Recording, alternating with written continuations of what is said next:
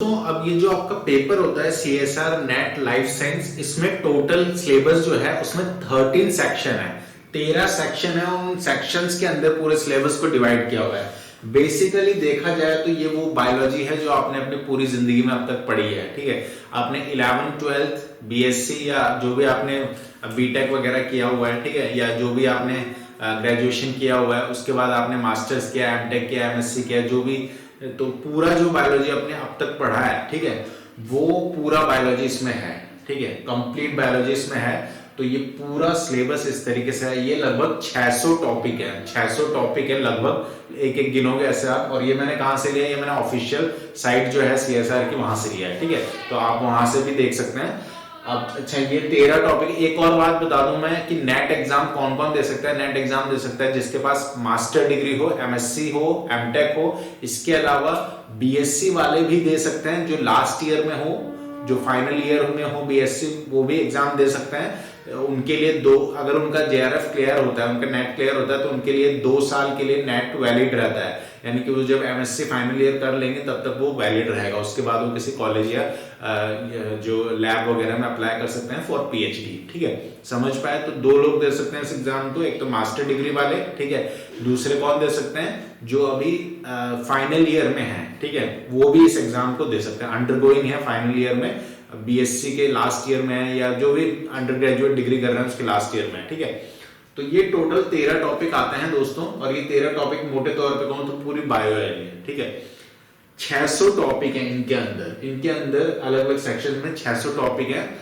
अब कमाल की बात यह है कि 600 टॉपिक जो हैं, 600 टॉपिक में से हम कितने करेंगे अभी मैं आपको आगे बताऊंगा पूरा। चलो अभी बता देता हूं। 600 टॉपिक में से जो इंपॉर्टेंट टॉपिक हैं, ठीक है, देखो कोई भी चीज का प्रिंसिपल, एक बुक पढ़ी होगी आपने 80-20 प्रिंसिपल, मतलब 80% काम, 20% जो काम रहते हैं ना, वो 80% नतीजे निर्धारित करते हैं, ठीक है। तो इनके जो मोस्ट इंपॉर्टेंट टॉपिक है इनके अंदर, जैसे इसके अंदर इन सेक्शंस के अंदर जो मोस्ट इंपॉर्टेंट टॉपिक हैं, वो मैंने अपने एक्सपीरियंस से काउंट किए हैं, वो 120 है, ठीक है।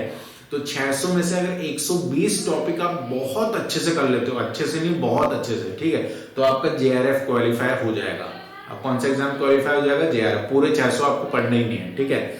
पढ़ लेते हो तो बहुत अच्छी बात है, वेल एंड गुड है, लेकिन थोड़ा सा प्रैक्टिकली पॉसिबल नहीं है, क्योंकि काफी टाइम चाहिए, 1 साल आपको पूरा लगेगा तब जाके आप पढ़ पाओगे, ठीक है।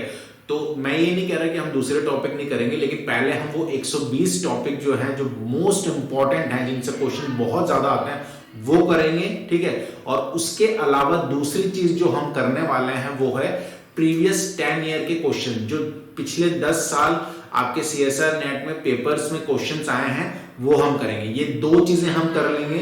एक तो 120 टॉपिक मोस्ट इंपॉर्टेंट, दूसरी चीज जो आपके पिछले 10 साल के जो इंपॉर्टेंट क्वेश्चन, पिछले 10 साल के जो प्रीवियस ईयर के क्वेश्चंस आए हैं CSR नेट में, वो, ठीक है। तो ये 2 चीज हम अच्छे से कर लेंगे, तो आपका एग्जाम जो है JRF की, आपकी चांसेस बहुत ज्यादा बन जाती है, और आप एक मजबूत दावेदार बन जाएंगे JRF के, ठीक है। क्लियर ये बात? तो वो 120 टॉपिक में पढ़ाऊंगा एक एक करके सेक्शन वाइज। पहले एक बार सेक्शन को डिस्कस कर लेते हैं कि सेक्शन क्या है। सेक्शन क्या है? टोटल 13 सेक्शन है, ठीक है। Section 1 molecular and their interaction relevant to, 1 minute रुक जाइए, अरे थोड़ा धीरे बोल रहे यार।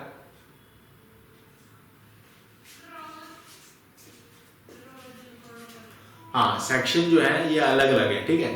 पहला जो सेक्शन है molecules and their interaction relevant to biology, ठीक है। Molecules and their interaction relevant to biology, इसको बायोकेमिस्ट्री भी बोल सकते हैं आप, बायोकेमिस्ट्री भी बोल सकते हैं। अच्छा, इनकी बुक्स होती हैं, ठीक है। अब कई बच्चे कहेंगे सर पाथफाइंडर वाली बुक पढ़ लो, बिल्कुल पढ़ लो, पाथफाइंडर वाली बुक्स भी अच्छी हैं, ठीक है। लेकिन इनके स्टैंडर्ड बुक्स हैं, स्टैंडर्ड बुक्स, ठीक है। जैसे लेनिंजर हुई, प्रेस्कॉट हुई, ठीक है, गिलबर्ट हुई, ये इनकी स्टैंडर्ड बुक है, वॉटसन हुई, ठीक है। तो ये बुक मैंने बताई हुई, एक वीडियो मैंने बनाया छोटा सा, उसमें मैंने ये बुक्स बताई है कि किस टॉपिक के लिए कौन सी बुक बेस्ट है, वो आपको पढ़नी है। और एक बुक ही काफी महंगी आती है, 5,000 10,000 की एक बुक आएगी, तो ऑब्वियस सी बात है सारी बुक आप खरीद तो सकते नहीं है। लेकिन आज के जमाने में एक अच्छी बात यह है कि आप इजीली उनको ई-कॉपी उनकी डाउनलोड कर सकते हैं, ठीक है। ई-कॉपी आपको अवेलेबल मिल जाएगी, आप अपने फोन में रख सकते हैं या अपने कंप्यूटर में रख सकते हैं, और वहां से इजीली पढ़ सकते हैं उस टॉपिक को, उस बुक से, ठीक है। तो उन बुक्स की जो है सॉफ्ट कॉपीज आपको मिल जाएंगी, इजीली डाउनलोड हो जाती हैं, वो टेलीग्राम वगैरह पे मिल जाती है। ठीक है,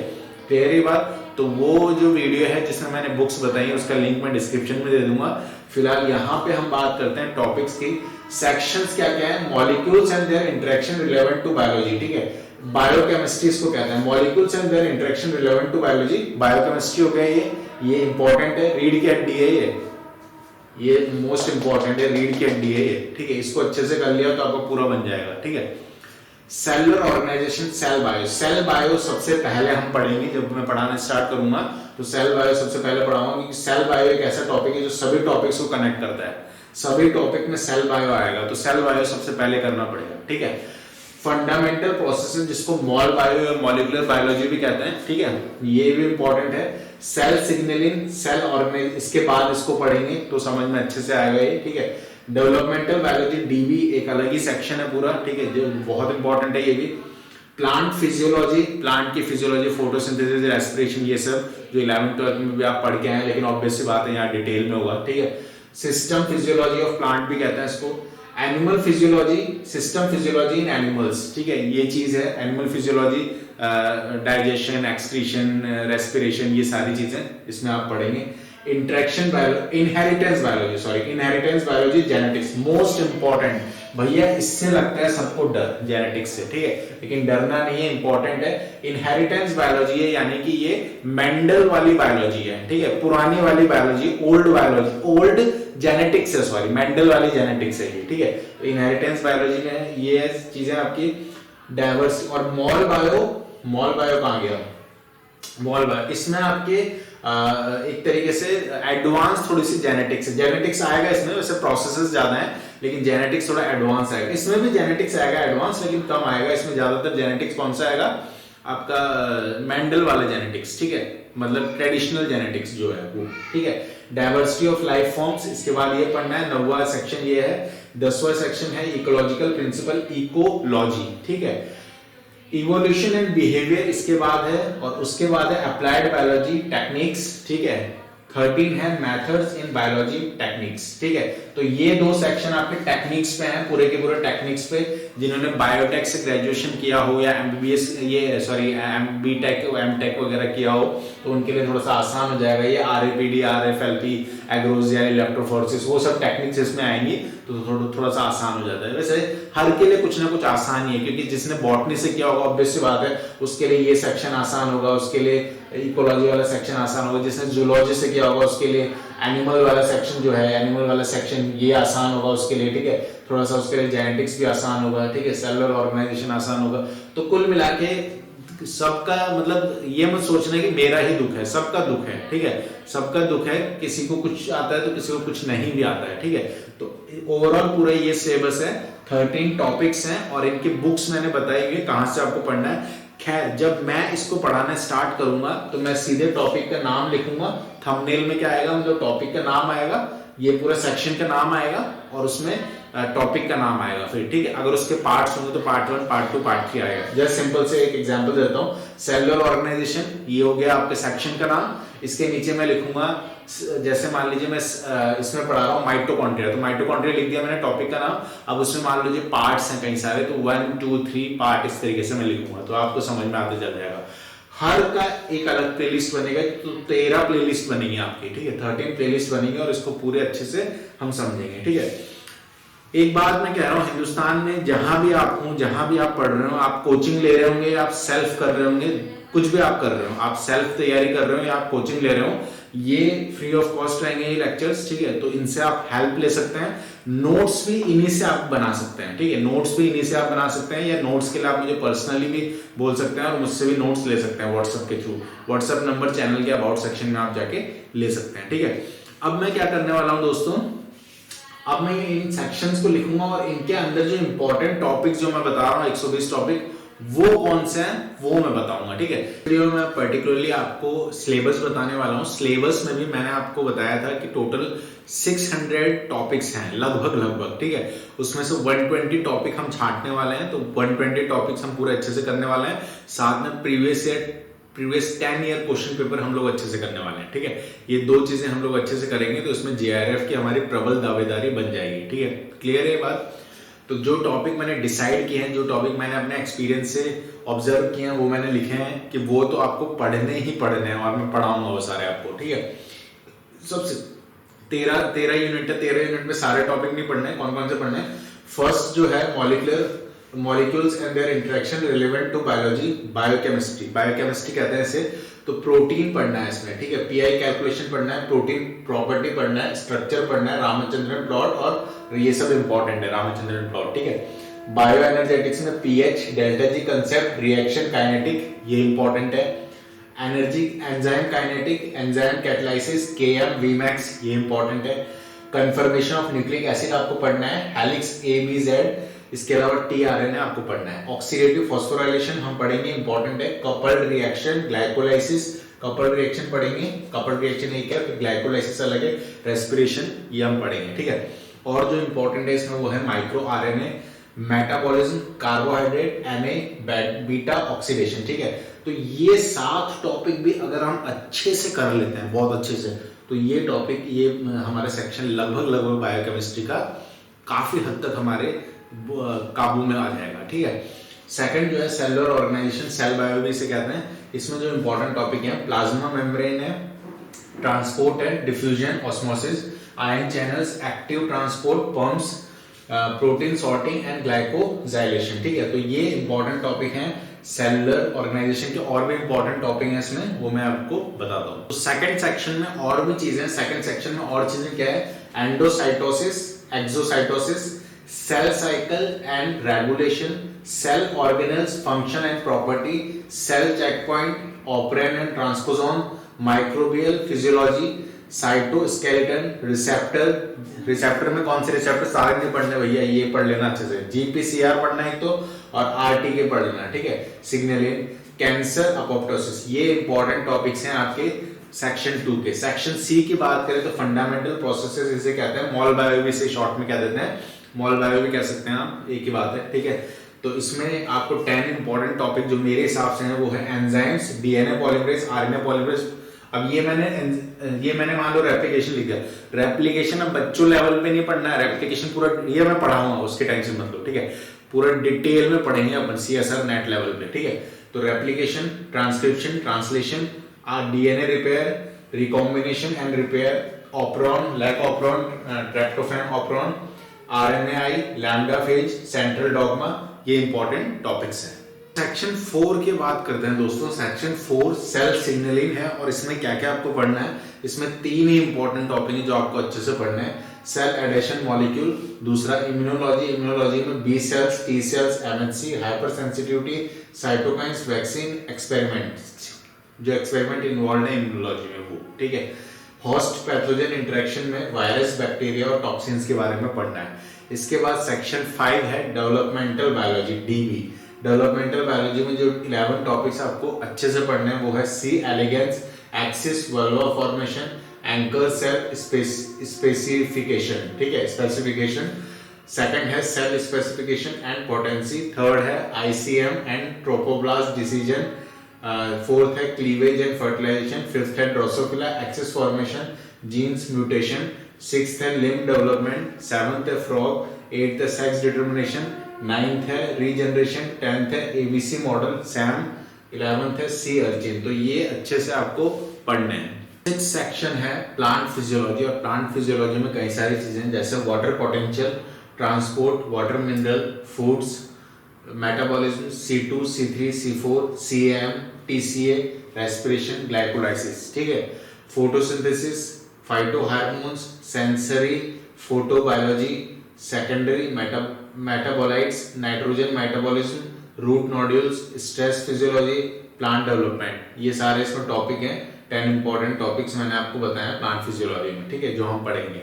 एनिमल फिजियोलॉजी की बात करें तो blood group, haemoglobin, ECG, its principle and significance. Third है transport of gases, exchange of gases, nephron, waste elimination, cardiac cycle, और भी कई सारे टॉपिक हैं इसमें एनिमल फिजियोलॉजी में, ये अभी आगे देखते हैं। दोस्तों एनिमल फिजियोलॉजी के जो बचे हुए टॉपिक्स हैं वो ये हैं action potential, CNS, PNS, brain, spinal cord, ये हमें पढ़ना है। डाइजेशन एंड एब्जॉर्प्शन हमें पढ़ना है एनिमल फिजियोलॉजी में। एंडोक्राइनोलॉजी यानी कि हार्मोन्स के बारे में, हार्मोन्स डिजीज के बारे में हमें पढ़ना है। इसके बाद रिप्रोडक्टिव ऑर्गन FSH LH के बारे में हमें पढ़ना है, ठीक है। क्लियर है बात। इनहेरिटेंस बायोलॉजी जिसे जेनेटिक्स भी बोलते हैं, इसमें जो इंपॉर्टेंट टॉपिक्स हैं वो हैं probability, dihybrid cross, linkage and mapping, pedigree and maternal inheritance, HWE यानी कि हार्डी-विनबर्ग इक्विलिब्रियम मोस्ट इंपॉर्टेंट है, HFR mapping, mutation and deletion, genetic disorder, इसके बाद है इन्वर्जन एंड ट्रांसलोकेशन और लास्ट है टेट्राड एनालिसिस। तो ये जेनेटिक्स के टॉपिक हैं जो इंपॉर्टेंट हैं। 9th सेक्शन है diversity of life form. Diversity of life form में हमें 7 टॉपिक पढ़ने हैं अच्छे से। कौन कौन से? Taxa and classification, taxonomy, cladogram, phylogeny, classification of animals, plants and microbes, parasite and pathogen, सब कॉन्टिनेंट कंसेप्ट्स, ठीक है। इसके बाद 10th सेक्शन जो है इकोलॉजिकल प्रिंसिपल या फिर इकोलॉजी भी आप इसे कह सकते हैं, उसमें आपको पढ़ना है निशेस, हैबिटेट्स, एक मिनट रुकिए,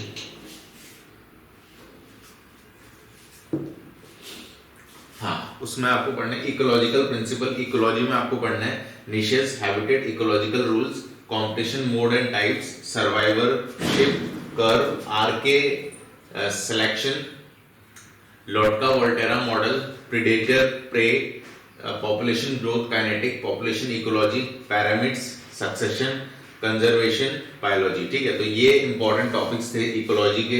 अभी और भी इसमें टॉपिक्स हैं, 2-3 टॉपिक्स और हैं, ठीक है, तो वो भी आपको इकोलॉजी में पढ़ने हैं। इकोलॉजी में कुछ और बचे हुए टॉपिक्स हमें करने हैं, जैसे कि productivity and efficiency, island theory, community ecology और बायोडाइवर्सिटी। ये और टॉपिक्स हमें इकोलॉजी में करने हैं, इंपॉर्टेंट है, ठीक है। इवोल्यूशन एंड बिहेवियर में, इवोल्यूशन जो टॉपिक है आपका, इवोल्यूशन जो सेक्शन है आपका, उसमें क्या इंपॉर्टेंट टॉपिक्स है? उसमें 8 इंपॉर्टेंट टॉपिक्स हमें पढ़ने हैं। Theory of evolution and their type, natural selection, type model, type mode example, mating behaviour in animals, genetic drift, type reason example, speciation, type reason example, फिर है अल्ट्रुइज्म, हैमिल्टन रूल, अल्ट्रुइज्म और Hamilton rule, behaviour biology, उसके बाद है molecular evolution. तो ये 8 topic है आपके, 8 टॉपिक है आपके इवोल्यूशन एंड बिहेवियर में, ठीक है। लास्ट कौन सा था? Molecular evolution.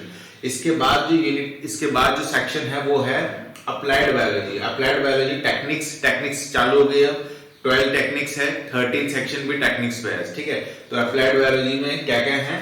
Microbial section, metabolites, ठीक है। इसके बाद transgenic animal plant, transgenic tissue culture, sorry animal tissue culture, इसके बाद है 4th प्लांट टिश्यू कल्चर, इसके बाद है वैक्सीन प्रोडक्शन और इसके बाद है जीन थेरेपी। यहाँ पे जगह नहीं थी तो 7th मैंने यहाँ लिख दिया सोमैटिक एम्ब्रियोजेनेसिस, ठीक है। तो ये आप अच्छे से अगर पढ़ लेते हो तो आपका कंप्लीट हो जाता है अप्लाइड बायोलॉजी वाला सेक्शन आपका कवर हो जाता है, ठीक है। इसके बाद है 13 सेक्शन, वो भी टेक्निक है, तो वो मैं अब आपको बताता हूँ। दोस्तों 13 और लास्ट सेक्शन जो है वो है मेथड्स इन बायोलॉजी, टेक्निक्स। देखो ये भी टेक्निक है, पिछला वाला भी टेक्निक था, लेकिन वो अप्लाइड टेक्निक्स था एक तरीके से, जो आपने सीखा है उसको अप्लाई कैसे करेंगे आप वो, ठीक है। और ये प्रॉपर टेक्निक्स है, सारे मेन जो मेथड्स हैं, जो टेक्निक्स हैं वो है, ठीक है। जिन्होंने बायोटेक में ग्रेजुएशन किया होगा उनके लिए थोड़ा सा इजीली ये पड़ जाएगा, ठीक है, ग्रेजुएशन या एमएससी किया होगा, ठीक है। देखो मेथड्स इन बायोलॉजी, टेक्निक्स क्या है? DNA foot printing, molecular marker, RFLP, RAPD, AFLP, STR, conjugation important है, बहुत क्वेश्चन आते हैं इसमें से, ठीक है। Conjugation, sequencing, agrobacterium, micro array, PCR, mass spectroscopy, microscopy, chromatography, RIA, ELISA, immunotechniques, gene knockout, FITC, FACS, FRAP, CRA, LOXP, ठीक है। अब जो बच्चे इनको पढ़ चुके हैं उनको समझ में आ रहा होगा, बाकी के लिए बाउंसर निकल रहा होगा, ठीक है। लेकिन अब देखो पढ़ना तो पड़ेगा, कोई दिक्कत नहीं है, ठीक है, पढ़ना पड़ेगा क्योंकि पढ़े बिना काम चलेगा नहीं, ठीक है। तो ये 13 सेक्शन थे आपके, जो आपके एग्जाम पूरे ये सीएसआर नेट लाइफ साइंस को कवर करते हैं। 13 सेक्शन में 600 टॉपिक के लगभग हैं, 580 to 600 टॉपिक के लगभग हैं। इसमें से मैंने इंपॉर्टेंट टॉपिक्स छाटे हैं, यानी कि 120 के आसपास मैंने टॉपिक्स छाटे हैं, ठीक है।